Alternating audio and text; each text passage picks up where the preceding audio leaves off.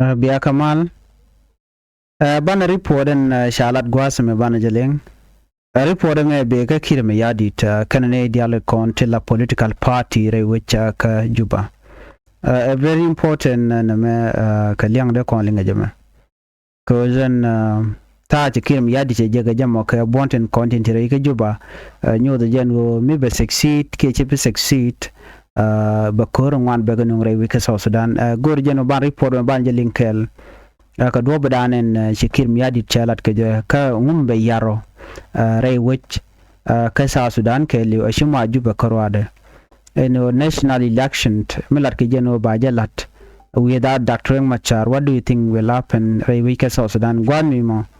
Dr. Machar ngode gwalok lokaje ka lugmela lukaika banja linka jari for the many gore jano gender channel der je support me ken support no won ana ko be tende ala re gwad kan chamala shi gwadna ten gor kon ken be kawten chana jamilin gwasa me lakir me yadi take report mi shi kana lat ano ke jan shanka wala paiwe and wala shang wel kelga paiwe ro ronkin dangro jandang ro didich report kana mami bana kule nywa kelo ne mandana chala da kum kirmi yadi no ken chiga je ka all political parties no ken bikan chicken agree ko bikan bika queen kwar bikan lat ke 2026 okay jan bana ko no ngombe yarten self kirmi yadi ta chicken mashal ka high level meeting chicken lat re wiki juba ken all political parties ken reconcile politician bon ken dial shaga chore wiki juba ko bikan final roadmap bikan alat ka queen quarryman balat ka shanga waro ka pai ka shanga sorry ka pai waro wankin dangro jandangro wi de bakel ala December 2026 election roadmap de keten kona balat go ba mal ba queen kwar ba je kulalat men ci kana discuss janane no ci kala do nena lamanat karodian no be nyuda no de 2026 election day lat keja ko in discussion ama ym ne kelio is to ensure a unified path toward successful poll and addressing remaining challenge from the 2018 peace agreement edan e chatan madian kan bondi ala te kon kalingte wo kan be kan 2018 peace agreement and che collapse because nyoko mije kenanial ka jan meeting amo mugo ko na right in tama united front chikala do bambala talo all parties chikana mapinyo no nene but ka dorke mi balat la common path mi bana nan ka election no and mission mo be all political party be unite together or big let kel jen chalga united front and bonamo SPLIG SPLIO SWA Michal ko PP allow the political party can a patent top and kokien and can back united kendial ko banawo niam ka queen kware chigan yo lado ne amendment to the peace agreement lesne malalet no take a key provision to peace agreement to banyo mo kwa ka revise la te ko ne chala ne wal ba ka revise ka ba the remaining ba ka removed enemy chane no jana obstacle ke pen o de queen kwade jalat ba ja del watch no ko mo ken cha ka woje ken bi delay men betin ka tadan chikan lat ke jemi ko ndiala no kan waiting konte ko ne amane wal berik wan bekenom so ken ne we can peace agreement we can lat any dwar life strategy inte ko ne chala led no de last let mite ka mide malde je pen woniam kan bi ka writing cirka mandana lat ken gwasa me ko ngai kon dial te dum wala long to gorgano de la let eno ba peace agreement ba je la let gore tungwan chitke de mat gwaskel the constitution de je lat de yetuk anyok de population census la kwenat de je lat makan galat ka to ngin manan betuk no cha mal cha queen kwar cha de lan makan ga kon lat ka to but kir mi yadi to te ka tan in the bawuch and then bagalat ya baga jari pod me amar den jikala do ne kene ba committee ba ka formed a specialized political and legal committee maybe national election bija mana ki bijan legislative change tin kona balat bika mana ka kuëny kware ki ka election roadmap kana to baga form bikan te diala content ke kan ode do de ga jago bejan wa bikan ka de la laken na mami kan la bika committee bikan ka form ka kan all these political parties are which ka sa Sudan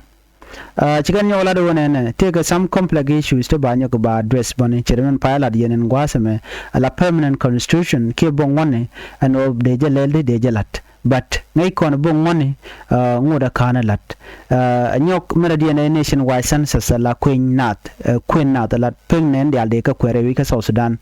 ko ken mi di long me de prioritize and me nyok ko ngai kan no kan all this program me kan ka la let chi kuëny kware che de wo nyam kana constitution la permanent constitution kata je kan lat ke je kame dan chi kan lat gwasme gan dong de je yonyam de constitution de jo lat chi kuëny chi national election charge lat kata dan lat keneje but ngai gui kona gwano without national election without permanent constitution we know the kuëny kwade je lat would one thing me would could remain na marian gwasme en me campaign at kana kon kuëny chiri malat ken dong cha peng na cha bu kuëny gweno bu ngwan bu wonyam gwan mo which take a role will it work and sha nationwide census charge de lat ko me kan kuëny nat la kuëny ne diala population census me kan kon lat bu naw nyamdi tell way out these three important thing back ka ti bay ngwan dia de la o kan re contain a lot of refugees lo dia we ka South Sudan ko bi ko kwany ko ka la voters mo but tedi mo kan cha kan no ko bi ko wen mo so kwana ka pelga de diality aku gwa ka kunyin ke lat kan re contain ke juba but eno bi malbo wonyam ngai kona en development me la road me of course there program there je load no chika do bu gwa chika lat ko mi chika lat special ta kan lat ke jena na kan shanga wel die shanga bakal shanga baro shanga bada wo shanga bangwan ibi kan duɔl bukan kalat ke malka but the question jena Ramadan ne tan mal ke ronkin dang wel bada Dr. Riek Machar without involving Dr. Machar and mishit kaname guyena wo belet Kojana, one of the key signatories of the 2010 of Tribe Peace Agreement, Ramadan Etan Mal, Karunkin Dangwell Badak. Mubaja Banjor, Kangai Kondi Jen, a central figure, because of Sudan peace and political process. And on Tad Bekan Gajelo Chebe participating, a rated diality, Katadan Bakuin Quarbajalat, Gwen on a may belet. I don't think so. Cody, with our young Machata, we be moved. And on. Even if they try that hard and they ring macha they just tag your they just pele charge and hore mat kanamo and ono be bejelo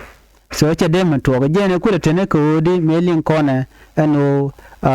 sinede ko la members of parliament charo den do gwa scale me shi duɔl 10 pan kaje and one and gor kan de ne diale konti la political detainees ne ko ne cha yen de ga de luin ko ba peace agreement e cha tan de je kule nyogo mlat ke je ko this key political detainees interate gen ma kan ga kon luin be mal ba kule wen yam de telman ba bon yam ten so gor ka je no kan big participating big supporting be kanatop ko ne me atina ka critical de ko lar nin to badge no ko ci ko kware ci tak so mu we kan a chane ti chaka lun ka chaka matere mal ka malat ki men kan an upcoming election charge bulat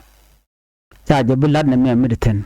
ne de kontra to observer very which ka South Sudan ngai kan te diala kon lat ka rodian no na ene a tem no bina move forward without engagement we ke reng machalo chicken bro ke dak machar katara ande malde ron nyam ke je wa betun wanong be ka yar ka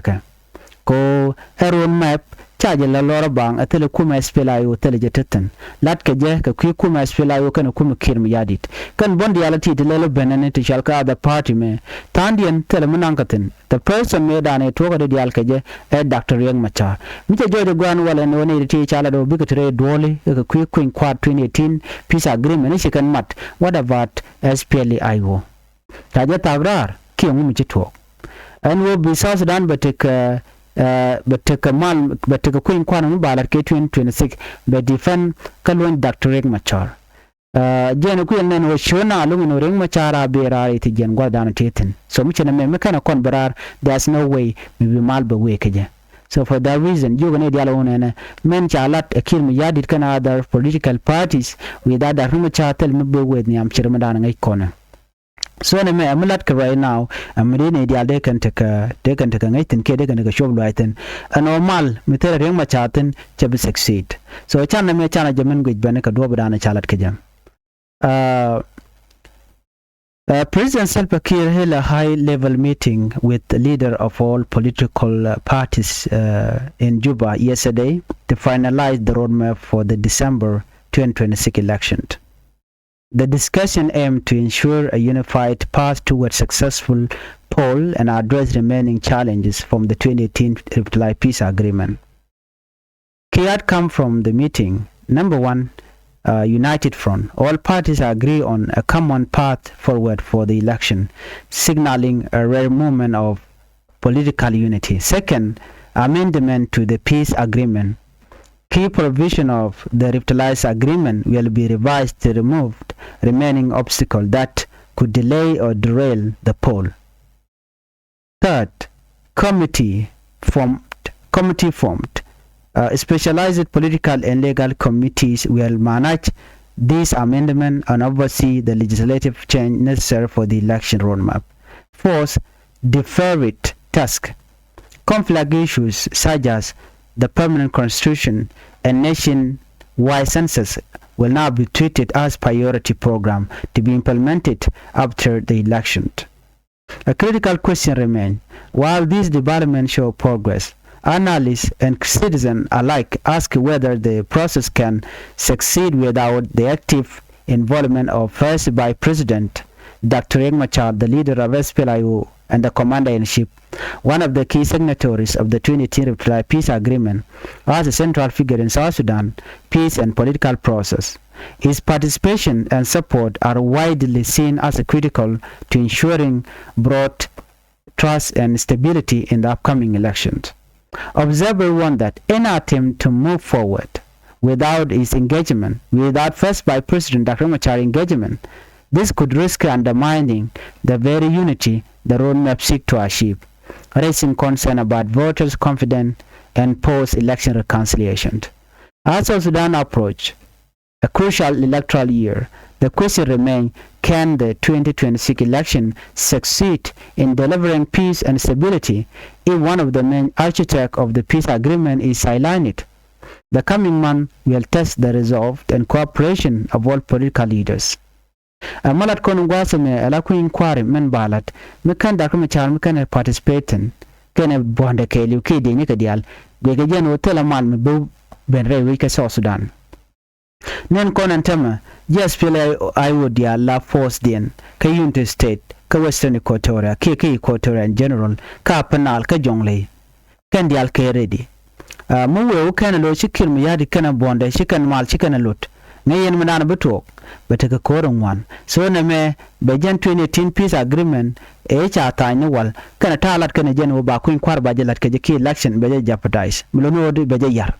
so mukan da kuma chan mukan kon involve kana kon la let ke di alat ke roti gujin wo ngum betok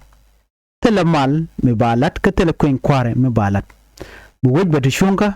unless ya da kuma char cha je involve ke this process ko beden content ngeje ko ngake jen waram kel mukula fight ko the national election kwal gor yeno baje banjor dio je sharing panan go gwade shinatin content la members of parliament chiga right and tene de shela wona na ba da kuma char baje lun ba pot council baje lun ken dia la content rate jen anonom ko ken telekatit ke medan shoda lat tene de shelok gwade da baje tin ka parliament de la do wona na mishi gade shikan dor hikan lat so ba ka zil doi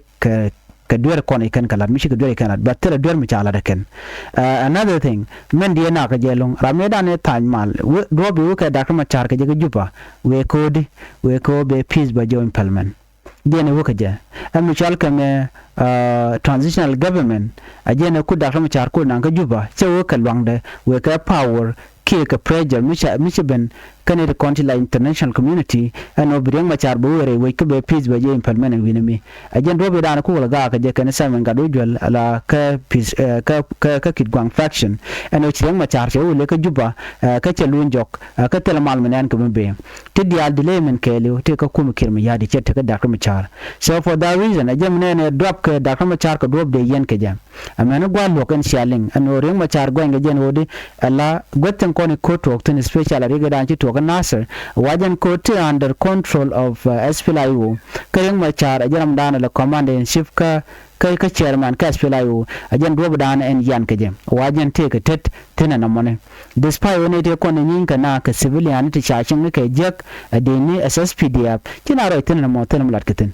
baname it was a political motivated ko chala ne dial tan wan so kuji monte meno bi mal be bere wika South Sudan gore jen wodi ba da kama char ba da konun and then bekan kulo woka peace process amen wona ko na ka election anyok the election mudelat akan unification of force kana konlat akan personally can integrate into one no anyok till election mudelat makan security ke security arrangement kana ko la rewi ka South Sudan mal beben gwada dan ke bi ko in kwar bajelat gwada dan cha all the arrangement cha ga fulfill ano ka cha ma char kan ne ga dia cha kam freedom ko bi ka campaign bi kana lat ka bi kan madan gor kana bi ka reach out ka support riken so na mo jen do dan ba ko in kwar bajelat ke je 2026 election cha jibla rewi ke juba karwa da chir manana go ke ne ideal ko right now jongle telemal apnal telemal jin wi in the state but so agwada din ba mal ba je kulo jikte na ke ba ko in kwaro latano mal ba je la changa dan en shi ko in kware cha ne dial konti la political parties cha leader ken cha galun ka shi ka campaign je kan la den ba mal ba kulo to ke ba ko in kwar ba je kulo to bara yelar na mene there's a tactic mu yos ke kir mi yadi tactic nyam jene kir gore jeno ne but delay men be lat ka find the election these are just they call no chiremka sharp they are just systematic way ono banad go confusion or take a campaign melatke wona ka 2026 election ko che goro jen baje juk international community no jaram dana lokko inquiry so ko goro ba ko reng ma cha tikre gona yana naka mal but the United Nations tikala jojen wona ne telle mal me de lat tele party today dol de kan dol ka quick inquiry ngora madan la key signatories ngora reje mo ngora katijen wa ga mulo kan je wana mene a system yo funi je kir ke politic ke siyasa ko benede ko ken be gujen ore machar itele jam itele je long jen do badan le je jam bana me che beto re machar ba de lo inka jen gwaseme kan paikel kan na chop ko wona ka 2026 so nyu de jeno ke jen 2025 to kontene kon wala shang wel kel ka pai wero ronkin dango jen dangro wide die gor jeno all the process yeni yan ke reng machar gor jeno che 2026 je be chop ba de lo nyan dara mo ko bi mal be ko lo kar won mi jidit so mishi jen den bete korun wan long to be lat ka kor gwasen be ko ngai ga jeno reng machar te ga kware te ga supporter te go ken jen ta ma ke go ken wangda